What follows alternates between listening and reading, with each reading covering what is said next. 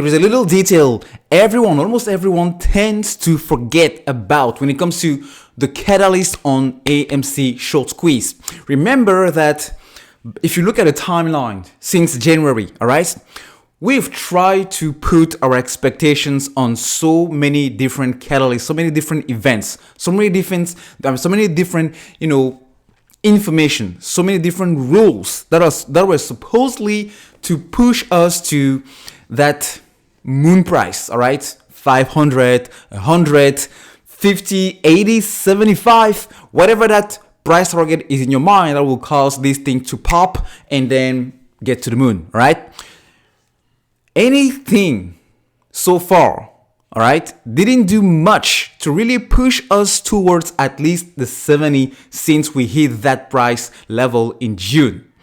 But when I look at some of the other market events that took place on other stocks, on other pockets of the market, what happened with the whole market and the economy and led to have some type of pop, all right, some type of impact on AMC. If you look closely, they had barely nothing to do directly with the stock. It wasn't because of the earnings. It wasn't because of one of the short sellers getting squeezed per se because of the buying pressure. Remember, they are parking and rerouting the orders until further notice, all right? But some of the stuff that Mr. Gary Gensler is doing, especially when it comes to that transparency on short selling reporting, potentially going to bring us to at least closer to some sort of less naked short taking place in the stock. I mean, I'm just speculating here, right?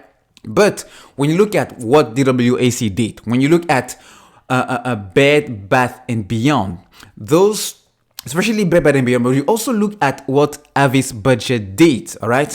When Avis Budget reported their earnings, the stock went bananas, all right? The stock went like, what is happening? And that caused AMC to start popping after hours, I think at a point it was up 13% or even 15%. And it wasn't only AMC, it was the highly shorted stocks across the board. We had, the Nokia, the BlackBerry, the cars, the GameStop, and AMC included.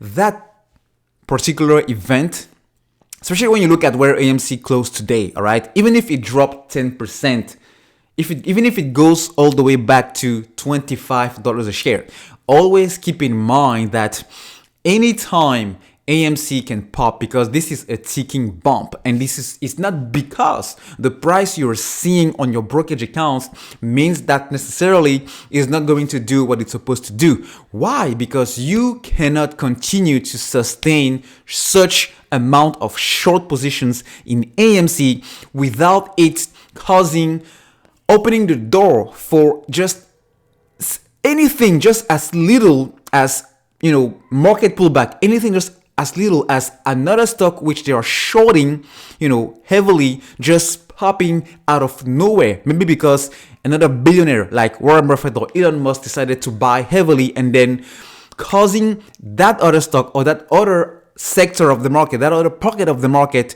to skyrocket or to go down, causing some trouble, which is actually going to trigger the AMC bump to explode.